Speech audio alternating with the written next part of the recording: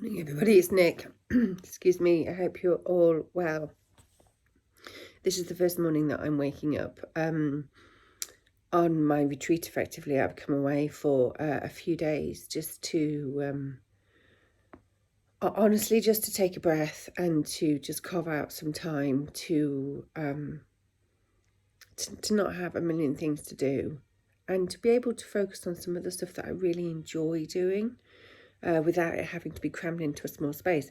But the point of today's vlog, yes, it's about the menopause, and no, it's not. So, we refer to the menopause about a lot of the symptoms and the struggles and the challenges that predominantly women go through, because we're the people having the menopause. But also our family, our friends, our husbands, our partners also go through it with us. And I think it's really important not to forget that. And when I said to my husband, this wasn't a long time in the planning. I had a real meltdown last Friday. It was a really, really difficult few days, and it really wasn't getting any better. And I talk about the universe puts things in your way if you spot them. I literally just the idea popped into my head that I needed to take a few days out, and I looked online, and this hotel came up.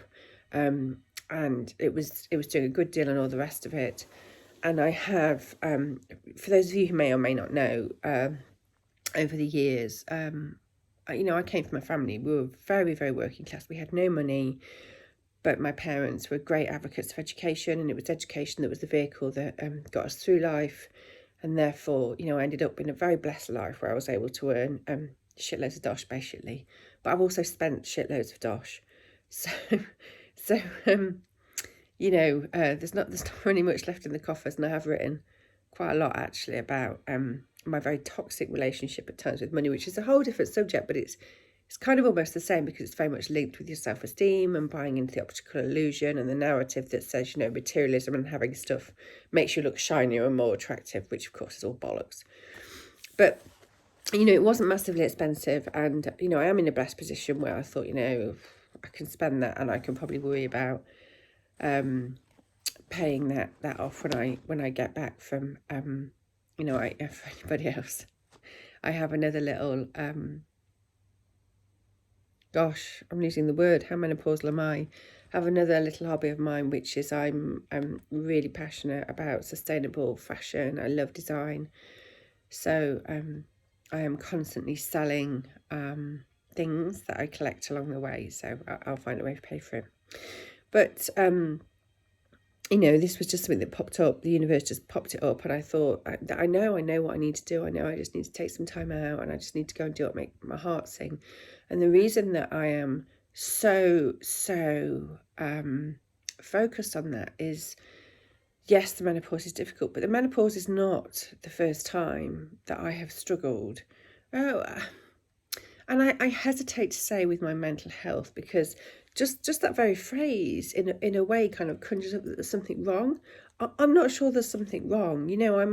I'm a deeply sensitive feeling person with a whole array of emotions, with a quite a big intellect, and I see and I feel things. And one of the books I read, Johan Hari's Lost Connections, for anybody who hasn't read it, I really recommend it. And he talks about, not using the narrative that there's something wrong with us, that we're broken.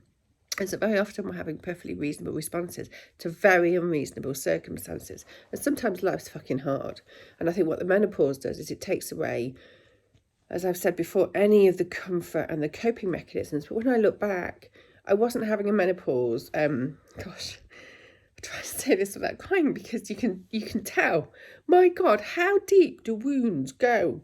I am 48 now. I'm 48 years old, and it still brings tears to my eyes when I think about what was effectively my first breakdown when I was 21 years old.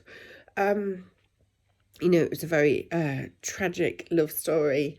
And I read a quote yesterday, and it brought it straight back, vivid, straight into my face, like it was happening. And the quote was basically along the lines of, I'm sorry that somebody else didn't love you and therefore made you feel that you were too hard to love. And that absolutely hit the nail on the head for me, because that's what happened to me at 21 years old. And it was a really, really, really dark time. And that wound is still being cleaned out. But I wasn't menopausal then. So it wasn't the menopause that was causing or caused that. And it was a breakdown. I completely withdrew. I couldn't engage with life. I just couldn't hold my shit together. I didn't know what joy was. I forgot how to feel joy. I was just like a walking zombie for months and months and months. And in those days, antidepressants and the whole mental health conversation didn't really happen. In actual fact, I went to live with my beautiful, gorgeous auntie, who looked after me, and it took months. It must have been 6 or 7 months. I mean, I think the first 2 months, I don't even think I spoke. I honestly don't. And I was only 21 then. And it wasn't talked about. And the next real biggie for me was after I gave birth to my daughter. Then things were much more open. It was diagnosed as postnatal depression. And again, there was a theme running through. And again, I'm very emotional when I think back, because these things, they really shake us to our core. My life had changed beyond all recognition. I was, on one hand, I was flooded with love and joy for my children. On the other hand, I was flooded with fear and responsibility and change. And I just couldn't calibrate. I couldn't calibrate any of it. And the problem was nobody really talked about it. What you see is all of these families walking around doing this wonderful job with their children, enjoying it and holding it all together. And then there was me. There was me who was literally, I mean, we make a joke out of it, and it wasn't funny. I was rocking in the corner. I was rocking in the corner at home. I mean, my husband is hugely supportive, but he has a really demanding job, and he was working away, and I'd given up work, and I was a 6-figure salary earner. So therefore, we had more than half the income that comes into our house. Yes, it's a first world problem. Yes, we still had my husband's extremely good salary. It was not, in actual fact, it was the best thing that happened with us, because it gave me back my respect for money. But it was a massive adjustment. So he was out earning the money and keeping the roof over our head, and at the same time, God, it must have been hell for him. But at the same time, trying to keep me on an even keel. And I was sat rocking in the corner in the mornings, wondering how the hell I was going to get through the day with 3 young children, all under 5 years old, not knowing what I was doing. And nobody else talked about it, because everybody else looked like they knew what they were doing. Sorry, this wasn't meant to be some very emotional breakdown, but what it goes to show is when these things happen to us over life, they're very deeply embedded within us, and they fundamentally change us, and they can help us grow. But growth is hard, because growth is change, and the menopause is one phase of life, but actually there's lots of other phases. And I don't want to think about us being broken because our mental health isn't right, because I'm not that sure that's what it's about. I think it's very often our body's response to very significant events, to great swathes of change that we are just struggling to cope with. And I think we need to change the narrative to be able to talk about it in that way, so that we don't feel so isolated, and we don't feel that we're weak, or that it's just us that aren't coping, other people are coping. Because actually most people are not coping. They're distracting themselves, they're numbing themselves, they're not talking about it. Or maybe they're just made differently, and they don't feel the depth of change. I don't know, but I think there's a lot of people that do go and have been through a lot of similar experiences to me, and they just don't share because we don't.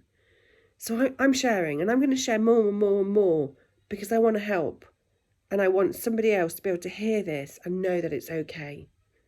Sending lots of love. Take care. Bye.